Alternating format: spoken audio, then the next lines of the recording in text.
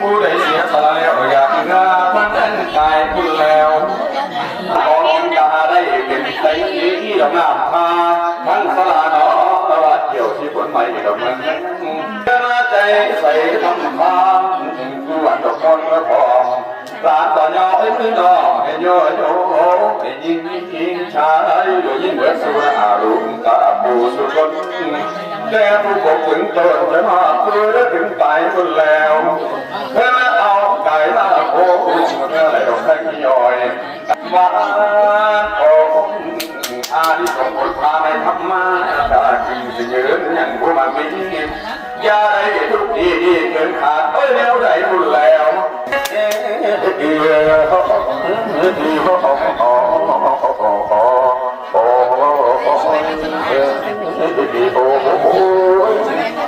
เยอะละมาวันนี้นึกเอาอย่างให้เอาได้ให้สมใจบัดเจ้าว่าอย่ามีคนอิจฉาจะมีคนละเอียดในสิ่งนี้ไว้ได้ผู้ยอปากก็ได้พ่อสับปะสิ่งไปเท่าได้บุญแล้วต้องอย่ามีหมองอย่ามีใหม่อย่ามีไอดูอย่ามีป่วยอย่ามีพ่อมีสวยมีพยากันต้องหาหน่อยเดี๋ยวพันกาย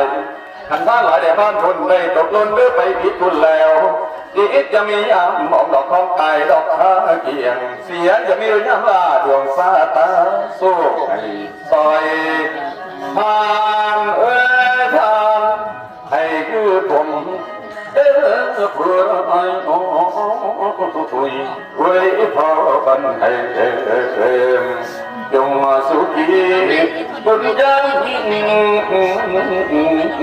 รียนโอ้ยบุญเวร